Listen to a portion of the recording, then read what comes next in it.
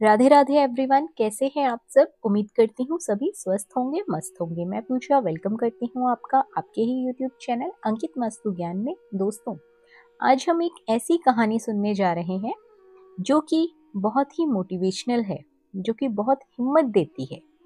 यदि कभी आपके साथ भी ऐसा हो कि आपके जीवन निराशा से घिर जाए और आप अपनी हिम्मत खोने लगे, धैर्य छोड़ने लगे, धैर्य आपका साथ न दे, जिससे लोग सफलता के बेहद करीब पहुंचकर भी उसे हासिल नहीं कर पाते, तो चलिए जानते हैं कि जब हिम्मत टूटे तो आपको कौन सी कहानी याद रखनी है, ताकि आपको हौसला मिल सके और आप अपने जीवन में कुछ बेहतर कर सके।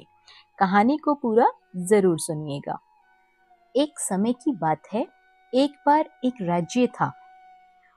उसके आसपास के सभी राजाओं की आपस में बहुत गहरे संबंध थे, अच्छी मित्रता थी। यानी कि वो सभी बहुत ही अच्छे दोस्त थे। सभी के यहाँ आना जाना राजा का लगातार लगा रहता था। इसीलिए सभी राज्य उनके लिए आए दिन कुछ ना कुछ उपहार भेजते रहते थे। कभी जेवर भेज देते थे, कभी खाने का सामान भेज देते थे, कभी वस्त्र भेज देते थे। कुछ ना कुछ गिफ्ट्स, तोहफे, उपहार स्वरूप उन्हें भेंट करते रहते थे। एक दिन उनके दरबार में एक विदेशी मेहमान आया और वो भी राजा की मेहमान नवाजी से खुश होकर राजा के लिए एक पत्थर भेंट स्वरूप लेके आया और उसने उस पत्थर को राजा को उपहार दिया, यानी कि गिफ्ट किया। राजा को वो पत्थर बहुत ही अच्छा लगा। उसने उस पत्थर की भगवान की मूर्ति बनाने का हुक्म दे दिया। अपने मंत्री को कहा कि उस पत्थर को ले जाएं और उससे भगवान की मूर्ति बनाएं, और वे उस मूर्ति को अपने राज मंदिर में लगवाना चाहते हैं। राजा की अनुमति पाकर, यानी कि राजा से परमिशन लेकर, मंत्री एक कारीगर के पास जाता है, उसको पत्थर देकर कहता है कि उसकी एक अच्छी सी मूर्ति बनवा दो और ये काम 10 दिन के अंदर हो जाना चाहिए। इसके बदले आपको बहुत ही ज्यादा कॉइन्स मिलेंगे, सोने की मोहरें मिलेंगी। 700 सोने की मोहरें दे जाने की बात की गई। ये सुनकर कारीगर बहुत ही ज्यादा खुश हो जाता है। उसने अपनी सभी वस्तुओं को लेकर पत्थर का मूर्ति बनाने का काम शुरू कर देता है। अब कारीगर पत्थर पे चोट मार के उससे मूर्ति बनाना शुरू करता है कि उस पत्थर से एक अच्छी सी मूर्ति बन सके। कई बार चोट मारने पर भी वो पत्थर बिल्कुल भी नहीं टूटा।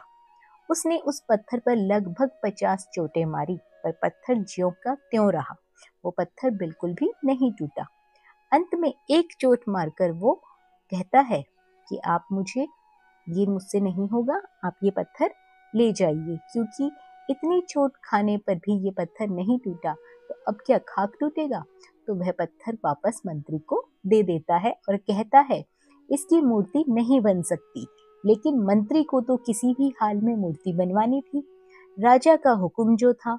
मंत्री उस पत्थर को लेकर दूसरे एक साधारण कारीगर के पास जाता है। जैसे ही उस कारीगर ने एक चोट मारी और वो पत्थर टूट गया। पत्थर टूटा तो वो उससे मूर्ति बनाने लगा। मूर्ति बनाकर उसने मंत्री को दे दी। मंत्री ने भी उस कारीगर को सोने की मोहरें दे दी। अब वो मंत्री जाते जाते एक ही बात सोच रहा था कि अगर उस पहले वाले कारीगर ने एक अंतिम बार प्रयास किया होता तो ये सभी सोने की मोहरें उसकी होती।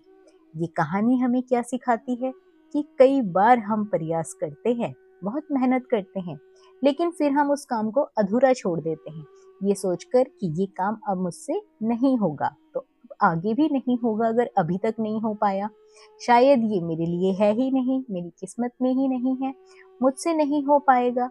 पर असलियत में आपको बस एक बार और करने की जरूरत होती है। कई बार ऐसा होता है कि थोड़ी सी मेहनत और करने की जरूरत होती है, थोड़ा सा पेशेंस रखने की जरूरत होती है। शायद जिस वक्त उस काम को छोड़ रहे हैं उसकी अगली ही बार में वो काम बन जाए। इसी तरह कई लोग होते हैं जो अपने गोल्स को छोड़ देते हैं, अपने सपनों को छोड़ देते हैं, अपनी आने वाली जीत को छोड़ देते हैं। मैं आपसे सभी से यही कहना चाहूंगी कि अंतिम प्रयास जरूर करें। क्या पता अंतिम प्रयास करने से आपकी भी किस्मत बदल जाए। तो दोस्तों, ये कहानी हमें क्या सीख देती है, कमेंट बॉक्स में कमेंट करके जरूर बताएं। और यदि आपको कहानी अच्छी लगी हो तो वीडियो को लाइक और शेयर करना बिल्कुल ना भूलिए। साथ ही साथ यदि आप हमारे चैनल पर पहली बार आए हैं तो चैनल को सब्सक्राइब अवश्य कर लीजिए। बने रहिए आपके अपने YouTube चैनल अंकित वास्तु ज्ञान में। धन्यवाद।